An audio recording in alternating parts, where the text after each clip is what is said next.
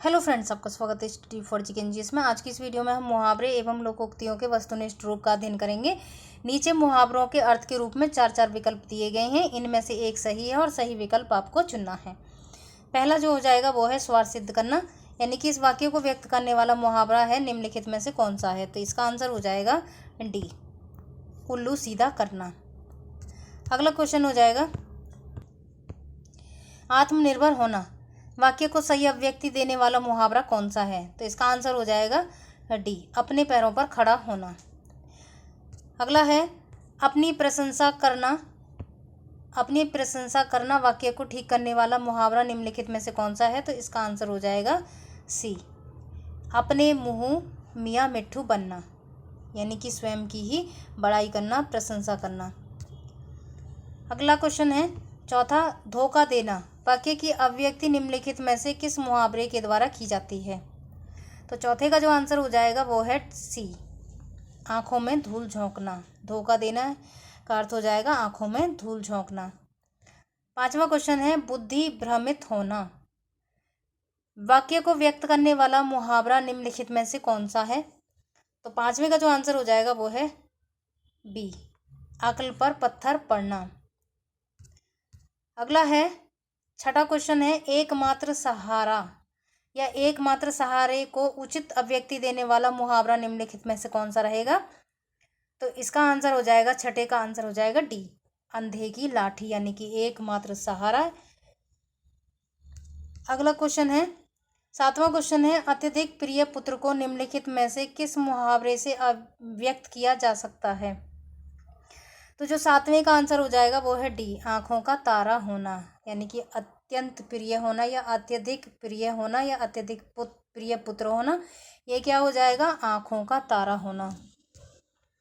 आठवां क्वेश्चन है इकलौते पुत्र के लिए अभिव्यक्ति देने वाला उपयुक्त मुहावरा निम्नलिखित में से कौन सा होगा।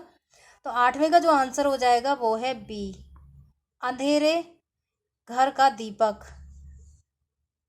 अगला क्वेश्चन है नौवां क्वेश्चन है महामूर्ख के सामने वेद पाठ करने के लिए उपयुक्त मुहावरा निम्नलिखित में से कौन सा होगा। तो नौवें का जो आंसर हो जाएगा वो है बी, भैंस के आगे बीन बजाना।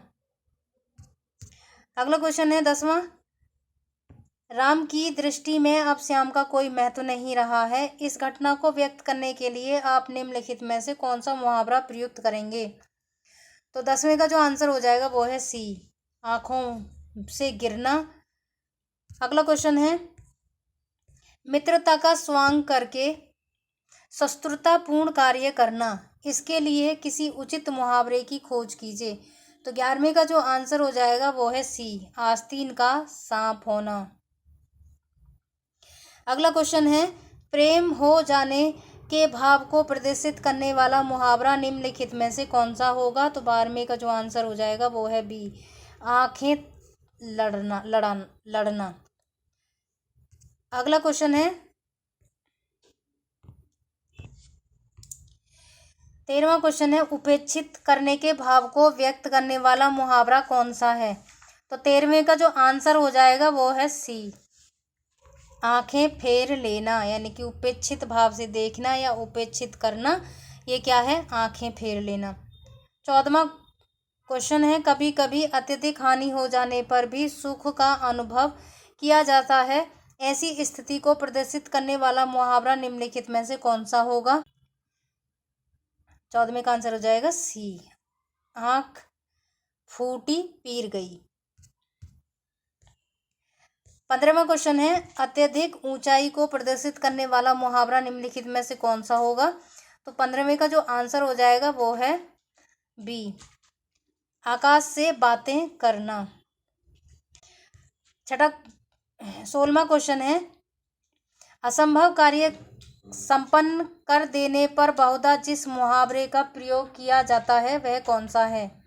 तो 16वें का जो आंसर हो जाएगा वो है सी, आकाश के तारे तोड़ना।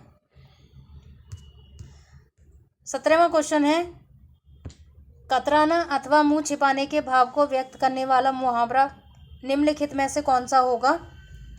तो 17वें का जो आंसर हो जाएगा वो है बी, आंख चुराना।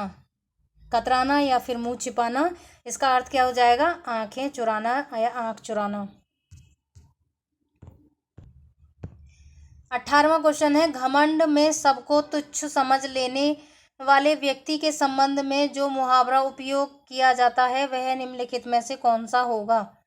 तो 18वें का जो आंसर हो जाएगा वो है सी, आंखों पर चर्बी छाना। अगला क्वेश्चन है, 19वां, प्रतिष्ठा खो देने के भाव को व्यक्त करने वाला मुहावरा कौन सा है? तो 19वें का जो आंसर हो जाएगा वो है डी, इज्जत दो कौड़ी की होना। यानी प्रतिष्ठा खो देने का अर्थ क्या हो जाएगा? इज्जत दो कौड़ी की होना। 20वां क्वेश्चन है, नष्ट भ्रष्ट कर देने के भाव को प्रदर्शित करने वाला मुहावरा कौन सा हो जाएगा? इसका आंसर हो जाएगा 20वें का आंसर हो जाएगा डी, ईंट से ईंट बजाना। अगला क्वेश्चन है, बहुत दिनों बाद भेंट होने पर जिस मुहावरे का उपयोग किया जाता है वह क्या हो जाएगा? तो 21वें का जो आंसर हो जाएगा वो है सी, ईद का चांद होना। बहुत दिनों बाद मिलना या भेंट होने का क्या मतलब हो जाएगा? ईद का चांद होना। 22वां क्वेश्चन है, संकट को आया देख भाग जाने की प्रवृत्ति को व्यक्त करने वाला मुहावरा, यानी कि संकट को आया देख भाग जाना, तो इसका अर्थ क्या हो जाएगा? 22वें का अर्थ हो जाए यानी कि आंसर हो जाएगा बी, उड़नछू होना। उड़नछू होना, ठीक है, 22वें का हो जाएगा बी। 23वां क्वेश्चन है, अपनी इच्छा के अनुसार कार्य करने के लिए विवश करने को प्रकट करने के लिए मुहावरा कौन सा होगा? यानी कि अपनी इच्छा के अनुसार कार्य करने का जो अर्थ हो जाएगा, इसका आंसर हो जाएगा 23वें का आंसर हो जाएगा डी, उंगली पर नचाना। अपनी इच्छा के अनुसार कार्य करवाना यानी कि उंगली पर नचाना। 24वां क्वेश्चन है, पूर्ण रूप से ठग लेने को निम्नलिखित में से किस मुहावरे द्वारा व्यक्त किया जाता है? तो जो पूर्ण रूप से ठग लेने का जो अर्थ हो जाएगा वो है 24वें का क्या हो जाएगा? सी, उल्टे उस्तरे से मूंढना। यानी कि पूरी तरह से ठग लेना या पूर्ण रूप से ठग लेना क्या हो जाएगा? उल्टे उस्तरे से मूंढना। 25वां क्वेश्चन है, किसी वस्तु के आवश्यकता से बहुत कम होने पर बहुधा कहा जाता है, तो 25वें का जो आंसर हो जाएगा वो है सी, ऊंट के मुंह में जीरा होना। अगला क्वेश्चन है 26वां, अनिश्चितता के भाव प्रकट करने के लिए बहुधा निम्नलिखित मुहावरों का उपयोग किया जाता है, तो इसका आंसर हो जाएगा 26वें का आंसर हो जाएगा डी, ना जाने ऊंट किस करवट बैठेगा। 27वां क्वेश्चन है कि किस व्यक्ति को महामूर्ख कहने के लिए किस मुहावरे का प्रयोग किया जाता है, तो इसका आंसर हो जाएगा डी, औंधी खोपड़ी होना।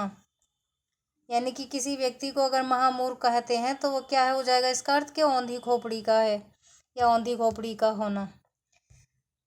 28वां क्वेश्चन है, दीन दुखियों के दयनीय अवस्था देख द्रवित हो जाने के भाव को प्रकट करने वाला मुहावरा है, तो 28वें का जो आंसर हो जाएगा वो है सी, कलेजा मुंह को आना। यानी कि दीन दुखियों के जो अवस्था होती है उसको देख के क्या हो जाता है? हृदय जो थोड़ा सा द्रवित हो जाता है, तो उसके लिए हम क्या कहेंगे? कलेजा मुंह को आना। 29वां क्वेश्चन है, निरे मूर्ख को बहुधा किस मुहावरे में याद किया जाता है, तो इसका आंसर हो जाएगा 29वें का डी, काठ का उल्लू। यानी कि निपट मूर्ख या फिर निरे मूर्ख, निरा मूर्ख। 30वां क्वेश्चन है, चौकन्ना होना अथवा सचेत होने के भाव को प्रदर्शित करने वाला मुहावरा कौन सा है, तो 30 का आंसर जो हो जाएगा कान खड़े होना। इसका आंसर हो जाएगा डी, चौकन्ना होना यानी कि सचेत होना, और सचेत होने के भाव को क्या कहेंगे? कान खड़े होना। दोनों मुहावरे का एक ही अर्थ होगा, चौकन्ना होना तो कान खड़े होना और सचेत होना भी कान खड़े होना ही होगा। 31वां क्वेश्चन है, समाज में बदनाम हो जाने वाले व्यक्ति के लिए उपयोग किए जाने वाला मुहावरा है, तो इसका आंसर हो जाएगा ए, कलंकित होना। 32वां क्वेश्चन है, परेशान रहने को व्यक्त करने वाला मुहावरा है। तो 32वें का जो आंसर हो जाएगा वो है सी, मारे मारे फिरना। परेशान रहना यानी कि मारे मारे फिरना। हंसी उड़ाना अथवा मजाक उड़ाने की प्रवृत्ति को निम्नलिखित मुहावरे में व्यक्त किया जाता है।